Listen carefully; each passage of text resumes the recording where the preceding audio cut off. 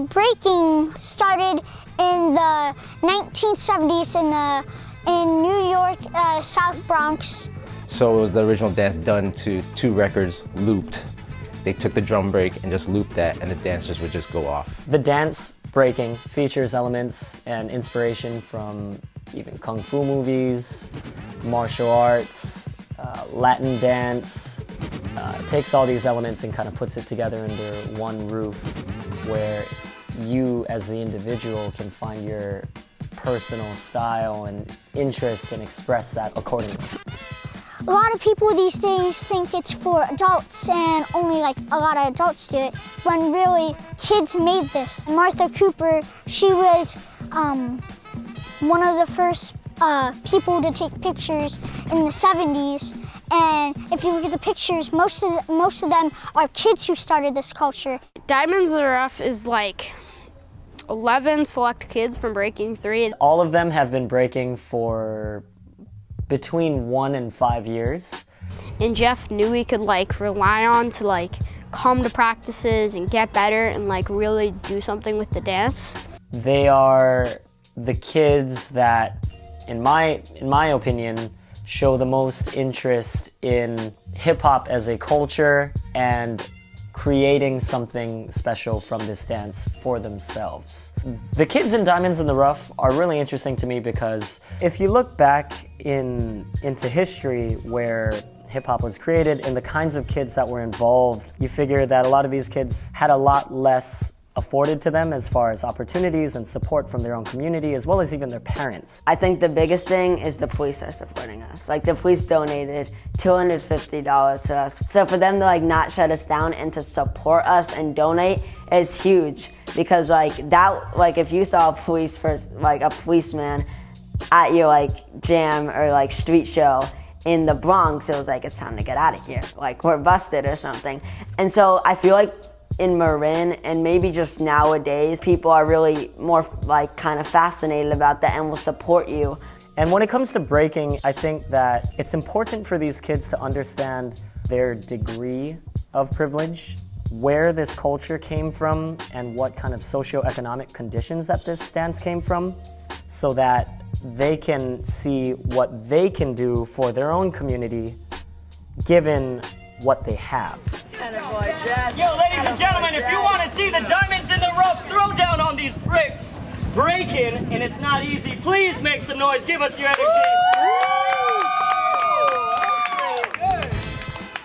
They hold weekly Sunday street shows at the Mill Valley Depot to raise funds, but also to raise awareness for all of these things that are happening within their little bubble of a breaking community. A pair of the Diamonds in the Rough kids actually will be throwing their own competition. So our jam was like for the kids, by the kids. It was meant to be DJ'd by kids. It was judged by 2 of the kids from Rocco, and then we got some like more professional judges in there, which was really dope too.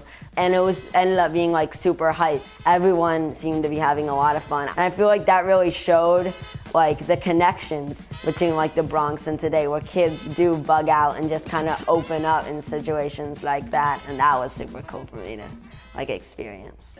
As far as Diamonds in the Rough and doing their own event, I think that's great.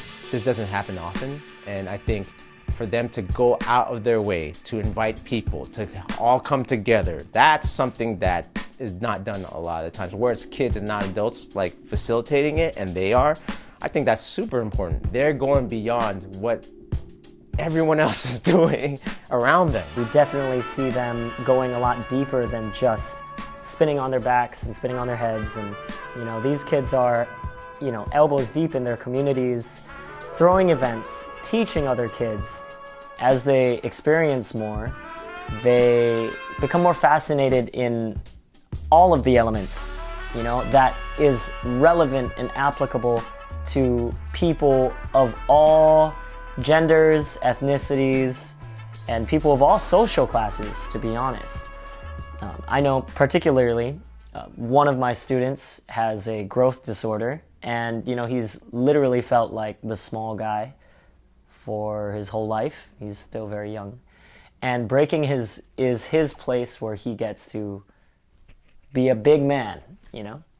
And I think that's very special. So before I was even born, when I was just in my mom's tummy, the doctor said, oh, there was something wrong with me, so they said it was best to take me in early. I weighed 3 pounds. I had one big hole in my heart. My mom said, doing this breaking is very hard for me, and she says that it's amazing that a kid like me has been able to do this. I choose to do it because it's my dream. Like my friend Peanut, he just made me feel more like not to like laugh at someone if they're small or laugh at someone if they're like too tall. I just like now with breaking, I just learned to not really care. I would say lastly that when they're going out and representing, you know, they're dancing, they're sharing their skills and their hard work, they don't push it in a way that they're better than anybody else.